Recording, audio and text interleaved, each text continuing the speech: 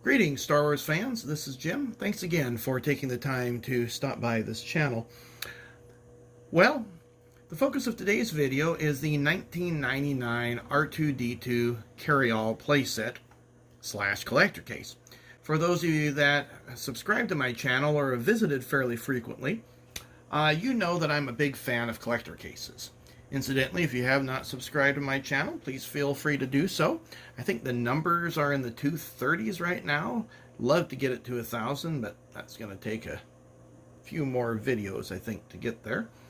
But anyway, the story behind this case, I was at a local toy show this past weekend, and this was on sale for $15. And it had been one that I had been eyeing for some time now, but just really wasn't sure if I was going to get it. For two reasons. Number one, I am not a collector of any of the prequels. And nothing against them, it's just I only have so much room and so much money to spend.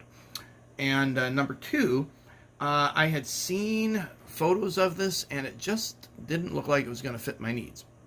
So, because I keep all my figures in my collector cases, and that's where I store them. I've done so since I was a kid. Well, let's take a look at it as a close-up. So for $15, I don't think this was a bad value. It's got a few little scratches there. But anyway, that gives you a little bit of the close-up of the front of him. Here's the side where you have a little opening door. We'll talk about that in a minute. Here's the rear where it has some nice detail. And here is the hinge along the side that allows you to open up the case.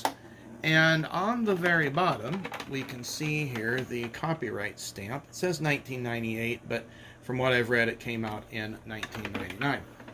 Now, I've seen that it comes with a set of directions, which this did not have, and then a set of stickers, which had not been applied. So I thought, oh, okay, well, that's not too bad. They're a little beat up, but not bad all in all. Well, let's go ahead and open it up. And so it's got these two little snap tabs here. We'll start at the bottom and work our way up. We open it up. And here we see the interior. Now, we'll start on the right, since this is the reason why I bought it. Now, when you go online and you look at this Carryall case, it'll say it can hold up to 20 figures. Well, they must be really, really thin if you're going to do that. Because you can see here I've got a vintage Kinder Gamorrean Guard, Hasbro Man-O-Man, and then a Power of the Force 2 Gamorrean Guard. And there's no way I'm going to fit extra figures in those slots. Now, these have these extra sliding plates, so you can adjust it for the height of different figures, which is, you know, that's a nice feature. I guess I would have rather seen that side have more collector action figure storage area. But anyway, you got those little sliding plates. So all in all, you have 1, 2, 3, 4, 5, 6, 7, 8 total spots for figures. Not a real effective collector case unless you have a very, very small collection.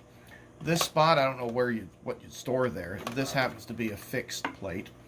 Now down below, this is probably the coolest feature of the whole thing, and for me, and that is you have an area to store weapons. And this is not just like the Darth Vader case where it has a tendency to pop open. These actually snap closed. So if you store your weapons there, you're not going to lose them, and that's really, really neat. Now over here is a play set from Episode 1. I think this is the Theed station. So this piece folds out like so, and you'll see there that it's got a little hole for this pin to go in, so it just snaps into place.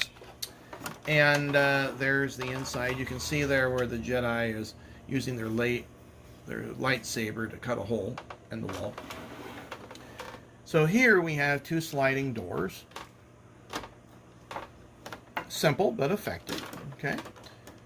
And then down below, I guess this is supposed to be like the ventilation system. You have a sliding door here. But there's nothing fancy about anything down below. You just have the floor, I guess, or table, or wherever you decide to play with it. Now, this did come with an exclusive droid, the Destroyer droid, which rolls. But this destroyer droid did not unfold at all. It was smaller than normal. Incidentally, it did not come with this playset when I bought it. And you're supposed to put him here, and then if you got a figure standing right there, then it's going to roll into your figure. And I would guess that it's supposed to roll off because there's this plate that folds down. I really don't know what that plate's for, but it does snap into place. That's it with the playset. There's really not much more to it. Now, one of the things that I don't like about it, you can snap that up, in addition to not enough storage space, okay, there's a trick to this, there we go, is that there's no way to keep this from falling out. So that's just automatically going to come down, and then there's no snap to hold it in place, unless that's broken, and I just don't know about it, but I don't think that's the case. So anyway, there you go. There is the R2-D2 Carryall collector case, and please leave some comments in the review section if you like. Give it a thumbs up if you like the video, and also, again, if you have not subscribed to the channel, feel free to do so. Take care, and we'll see you on another review.